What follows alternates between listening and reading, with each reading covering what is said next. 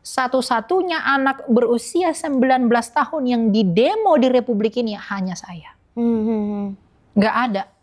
Sejak berdirinya negara ini yang didemo anak umur 20 tahun itu hanya saya. Kita mau nanya sesuatu. Katanya kita dengar-dengar di luar sana ada ajaran di mana orang-orang yang masuk surga itu hanya 144.000 orang. Apakah itu benar? 144.000 orang. Ya, itu pahamnya saksi Jehovah ya.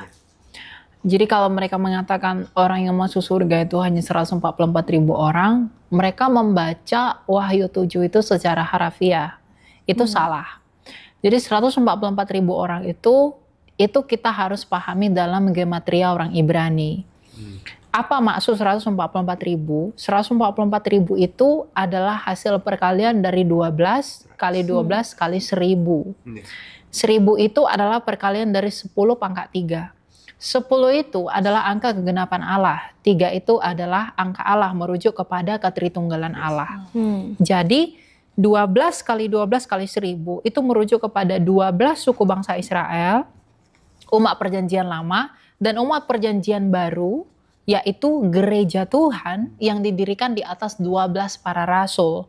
Dan 1000 itu artinya penuh. Jadi umat perjanjian lama secara penuh dan umat perjanjian baru secara penuh masuk ke dalam kerajaan Allah. Makanya dalam Wahyu 7 bagian terakhir itu kita bisa melihat penglihatan Rasul Yohanes yang mengatakan bahwa semua orang dari berbagai suku, bangsa, bahasa, umat itu berpakaian jubah putih dan juga memegang daun palem di tangan mereka, merayakan kemenangan anak domba dan berseru kepada Kristus sebagai raja yang menang begitu. Jadi kalau mereka memahami 144.000 orang itu harafiah seperti itu angkanya, itu salah. Karena kitab Wahyu itu adalah kitab apokaliptik.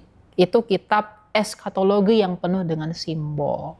Jadi itu pasti salah penafsirannya. Gitu. Kita butuh pendalaman yang lebih ya untuk bisa mengerti simbol-simbol itu ya. Karena kan kitab Wahyu itu ditulis dalam latar gereja itu sedang dianiaya. Jadi apa yang dilihat oleh Rasul Yohanes tentang penganiayaan gereja dan apa yang akan terjadi sampai kesudahan zaman itu dirangkum dalam bentuk simbol-simbol.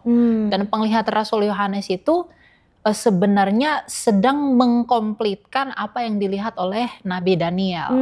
Jadi saling melengkapi begitu. Ya, karena kita sering kali harus baca back to back, kita harus baca dari awal sampai akhir. Betul. Back to back baru bisa mengerti semuanya ya. Ini kalau ngomongin tentang Wahyu, kira-kira Elia tuh merasakan dengan keadaan sekeliling kita nih, kita sedang di Wahyu nggak sih? Atau mengarah ke Wahyu?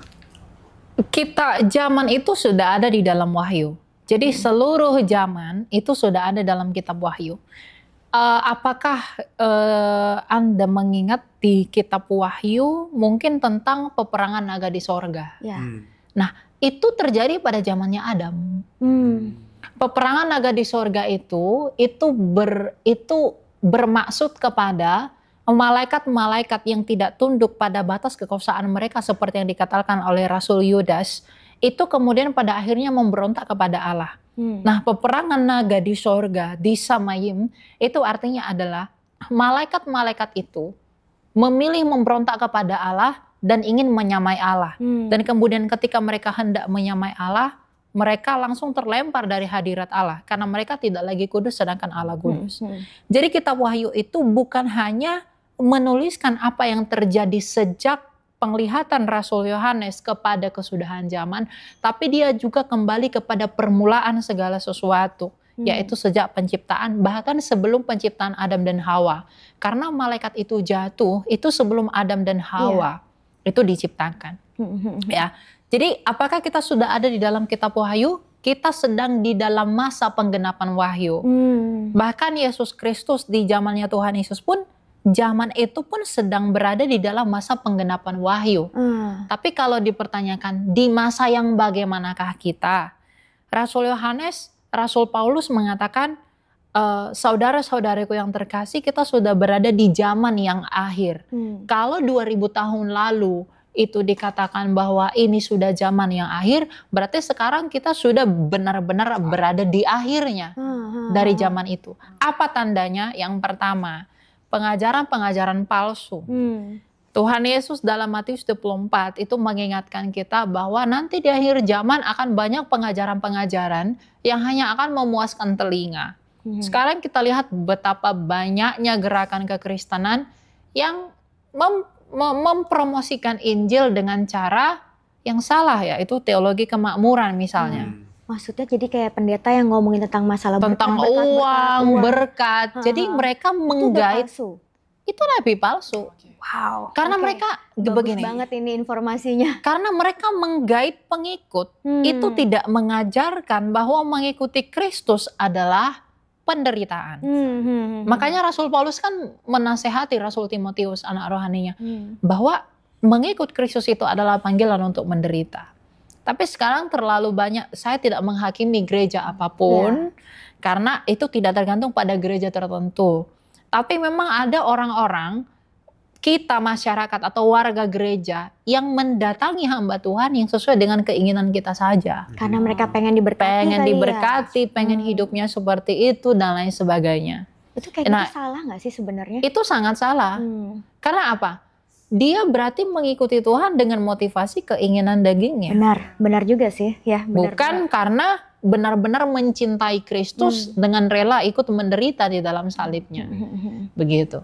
Jadi apakah kita sudah berada di ujung zaman? Kita memang sudah ada di masa ini. Coba lihat, hukum mulai berubah. Yang dulunya gender misalnya laki-laki dan perempuan, sekarang dirubah. Ya, ketetapan masa, ketetapan hukum, itu semua dirubah menurut apa yang disampaikan oleh Nabi Daniel di Daniel 7 dan 8. Semua kan udah hampir berubah. Kemudian yang kedua, banyaknya bahkan orang Kristen sendiri yang mulai meninggalkan filsafat supremasi dan eksklusivitas Kristus dan mengikuti pemikiran dunia. Kenapa? Banyak orang Kristen berpikir begini, biarkan saja orang dengan agamanya masing-masing. Mereka orang Kristen itu membiarkan orang lain mereka hidup dengan keagamaan mereka dengan mengatakan kalau kita baik kita pasti selamat kok. Perbedaan agama, perbedaan agama itu hal biasa. Yang penting kita baik dan lain-lain.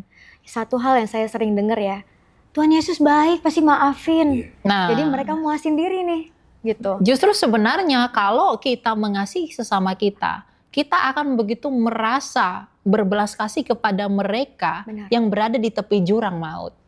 Jadi kalau kita adalah orang-orang Kristen yang sungguh-sungguh, kita akan begitu merasa malang dan kasihan kepada orang-orang yang belum percaya kepada Kristus. Tapi coba lihat di masa sekarang. Banyak orang Kristen yang mengatakan dengan pemikirannya yang duniawi dan mereka berpikir mereka sedang berbuat bakti bagi Allah. Oke, kita berbuat baik aja, yang penting mereka kita damai-damai. Damai yang Kristus bawa bukan damai yang dunia mau. Ingat perkataan Tuhan Yesus. Kerajaanku bukan dari dunia ini. Coba lihat apa yang terjadi. Apa respon masyarakat Yahudi ketika Kristus memberitakan Injilnya? Penolakan, kontroversi, keributan. Bukti daripada hal itu terlebih-lebih lagi ketika para rasul memberitakan Yesus. Apa yang dihasilkan dari pemberitaan itu? Pertengkaran, penolakan. Jadi memang Injil itu memang akan selalu menimbulkan konflik. Konflik itu membuktikan bahwa memang dunia ini menolak Dia. Karena Injil itu mengatakan kebenaran. Orang yang tidak mau menerima kebenaran itu. Sedangkan kita tidak ada di dalam kebenaran.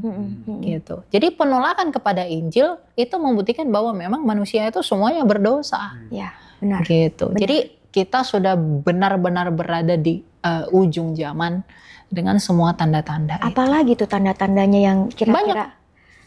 Iya, salah satunya pengajaran itu. Kemudian antikristus, robot-robot. Atau robot-robot sih enggak ya? Enggak ada. Kita tidak tahu maksud terselubung dari semuanya itu.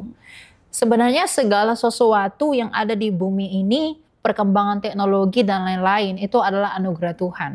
Tergantung bagaimana cara kita menggunakannya. Sosial media, TikTok, kita bisa menggunakan itu buat penginjilan. Ya, benar. Tapi ada juga orang yang menggunakan itu untuk mempromosikan dan juga membuat pengajaran yang melawan Kristus.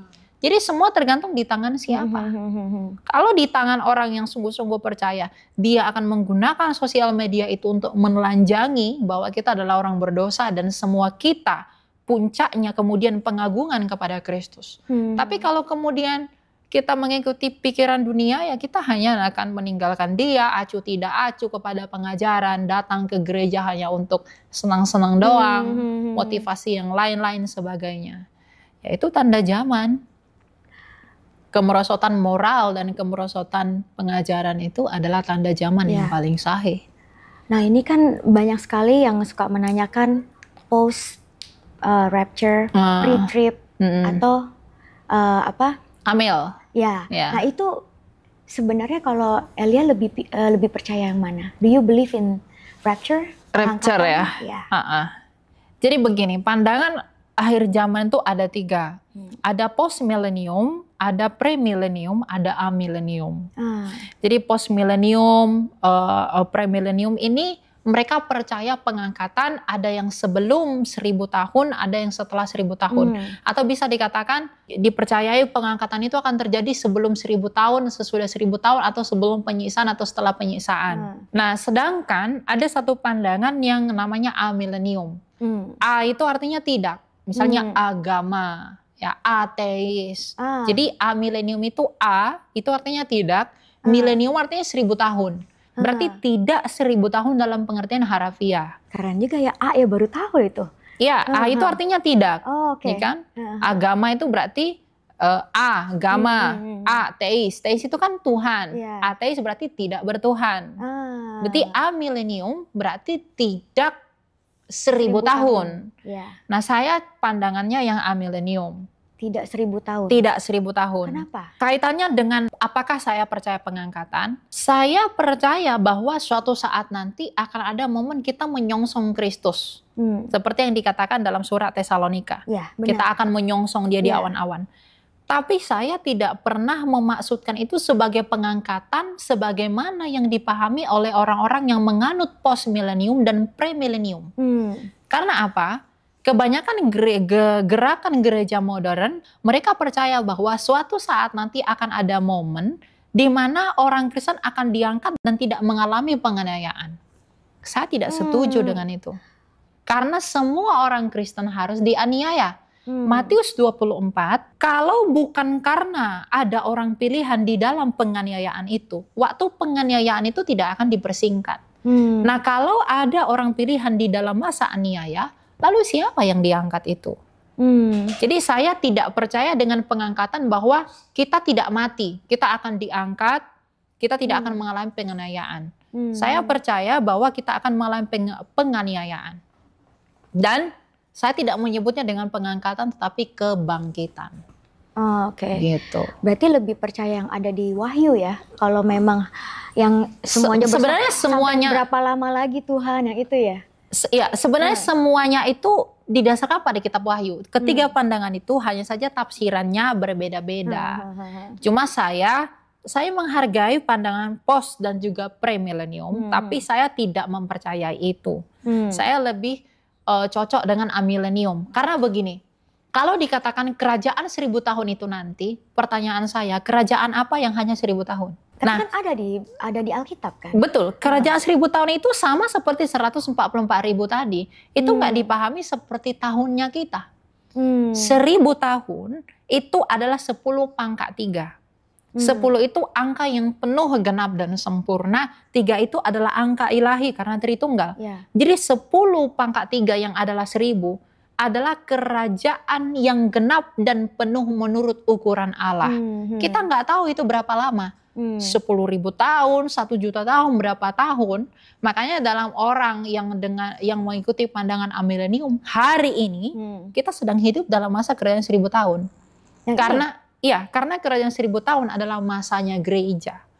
Dikatakan iblis diikat, dia tidak diizinkan keluar. Itu dimaksudkan padahal bahwa orang iblis itu tidak diizinkan menganiaya orang-orang yang menginjili. Tapi nanti ketika masa penganiayaan itu tiba, orang yang menginjili semua dan lain-lain akan dianiaya begitu hebat oleh iblis. Jadi saya nggak percaya 1000 tahun itu nanti. 1000 tahun adalah sekarang.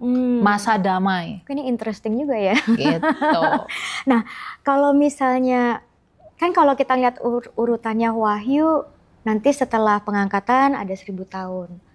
Nah, itu kan tapi kan setelah itu post dan premilenium itu pandangannya. Ya. Nah, nanti kan setelah, kan kalau dari saya penangkapannya, habis di rapture orang-orang yang tertinggal yang akan dianiaya dan akan mendapatkan tanda binatang itu, the mark of the beast. Nah, itu sekarang ini nih sebenarnya kita nih udah menuju ke sana nggak sih, ke arah mark of the beast itu? Kita sedang menuju penggenapan itu. Jadi tahapannya ada tuh peta dunia yang diperkenalkan oleh Philip Mantova. Jadi dia ya seperti yang percaya tadi, ada pengangkatan dan lain, masa 1000 tahun Gog dan Magog. Nah, peta yang diperkenalkan oleh beliau itu saya tidak percaya. Memang kita punya pandangan yang berbeda. Saya lebih mengikuti pandangan gereja purba terkait dengan peta zaman. Nah, jadi peta zaman dalam pemahaman gereja purba adalah masa perjanjian lama. Jadi masa Adam, ya, kemudian masa Taurat. Dari zamannya Musa sampai tahunnya Yesus. Kemudian mulai dari tahun 1 Masehi sampai kematian Yesus dan kebangkitannya, itu adalah zaman Yesus mengajar. Kemudian dari zaman Tuhan Yesus sampai sekarang adalah masa gereja. Baru nanti di penghujung akhir masa gereja, Antikristus akan menganiaya. Setelah Antikristus menganiaya untuk sedikit waktu, Tuhan Yesus datang, menghakimi, kemudian membawa kita, orang-orang mati akan dibangkitkan. Kita yang masih hidup akan mati seketika lalu diangkat ke atas, itu kebangkitan kita sebutnya. Itu makanya yang dibilangin rapture menurut Elia itu kebangkitan, jadi mati dulu. Mati dulu, baru bangkit. Kita yang masih hidup ketika dia datang, tubuh kita ini akan diubah seketika. Itulah kematian kita. Tapi kan yang di 1 Tesalonika 4 itu dibilangin kan, those yang the dead in Christ will rise first. Ya, yang mati dulu akan bangkit. Those who are still alive and remain will be caught up. Iya, tetapi penjelasannya tentang hal itu lebih lengkap di 1 Korintus 15 tentang kebangkitan tubuh. Nah, Rasul Paulus mengatakan, aku memberitahumu suatu misteri, bahwa nanti kita tidak semua mati. Tapi ketika dia datang, kita yang masih hidup, kita akan mati seketika, tubuh kita diubahkan. Maka kita yang orang mati yang sudah bangkit dalam Tuhan, kita menyusul mereka di awan-awan. Itulah hari kebangkitan itu. Dan ketika itu sudah tiba, baru dia menghakimi, lalu kita ke langit bumi baru. Jadi kalau misalkan tanda binatang 666 itu Wahyu 13. Itu tuh maksudnya kan buat orang-orang yang masih tertinggal di sini nih. Berarti kan orang-orang itu kalau nggak mau terima itu nggak bisa makan, ya kan? Penafsirannya pun tidak begitu. Jadi 666 itu kan orang banyak pahami vaksin, ya. Kemudian ada plat mobil 666 itu antikristus, terus namanya dijumlah jadi jumlahnya 666. Itu menurut saya terlalu mengada-ngada. Banyak hal yang memuakkan tentang hal 666. Ya, gini, 666 itu adalah angka simbol. Ingat, manusia dicipta pada hari keberapa? 6. Hari ke-6. 3 itu angka ilahi toh. Nah, 666 diulangi 3 kali, itu merujuk kepada angka seorang manusia yang berusaha menjadi Allah. Jadi angka Allah itu kan 7. Jadi 6 itu seorang manusia. Diulangi 3 kali berarti manusia yang ingin menjadi Allah. Itu merujuk kepada apa? 1 Tesalonika 2.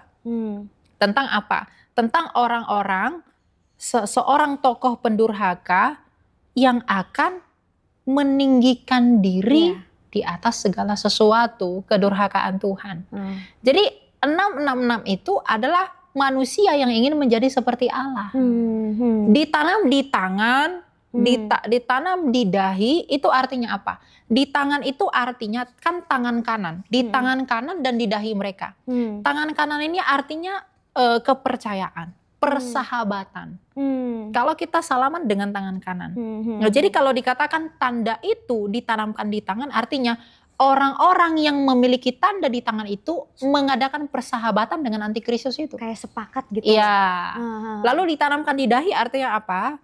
Artinya mengikuti pikiran dan filsafat antikristus itu dengan melawan Raja Mesias. Jadi orang-orang yang mengikuti tanda atau memakai tanda 666 di tangan dan di dahi mereka adalah orang-orang yang bersahabat dengan antikristus itu dan mengikuti perilaku seperti antikristus itu, berbuat seperti antikristus itu, dan memiliki pikiran, kesatuan mindset dengan antikristus itu untuk melawan Yesus. Nah, orang-orang inilah yang disebut sebagai pengikut antikristus.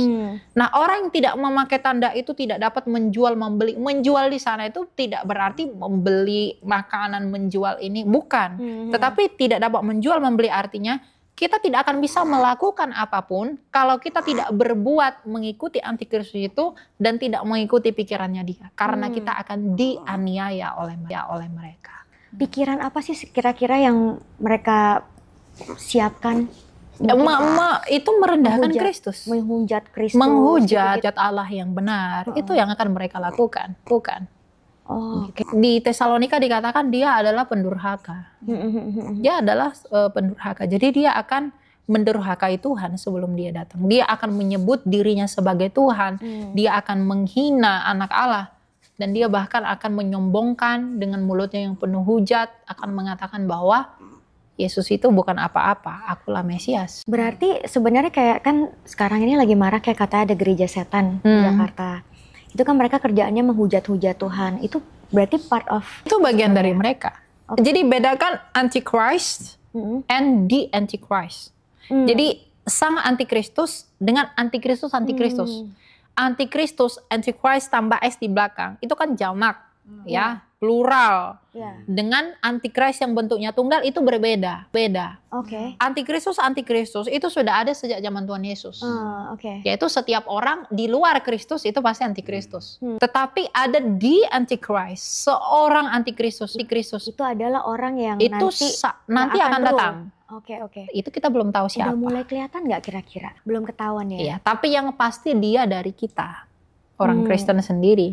Oh, bukan dari orang Yahudi ya? Bukan. Rasul Yohanes mengatakan kalau ia sungguh-sungguh termasuk pada kita, ia tidak akan meninggalkan kita.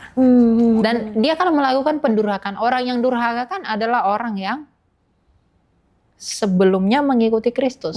Kemudian pada akhirnya dia murtad. Kan di Tesalonika dikatakan harus dinyatakan dahulu murtad.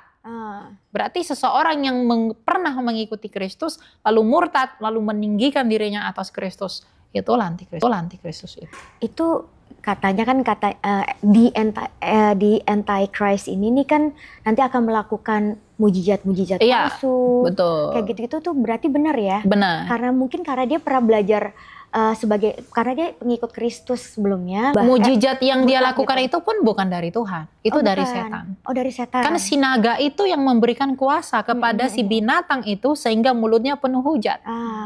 Jadi ada setan yang di belakang dia yang menyokong pekerjaannya dia. Mujizat palsu, kesembuhan palsu, tanda-tanda yang palsu, meskipun itu mewahkan mata. Makanya orang Kristen tuh tidak boleh imannya didasarkan pada mujizat. Karena setan pun bisa melakukan itu. Iblis pun bisa jadi malaikat terang. Untuk membedakan tahu yang dari Tuhan atau enggak tuh dari mana ya? Dari buahnya. Tuhan Yesus dalam Matius 7 berkata dari buahnya kamu kenal mereka. Buahnya apa? Apakah kamu dituntun kepada Kristus dengan prinsip yang benar mengikuti dia atau bahkan malah dibawa jauh dari dia? Pengajaran palsu, pengajaran dari setan itu tidak seperti sebagaimana setan menunjukkan dirinya.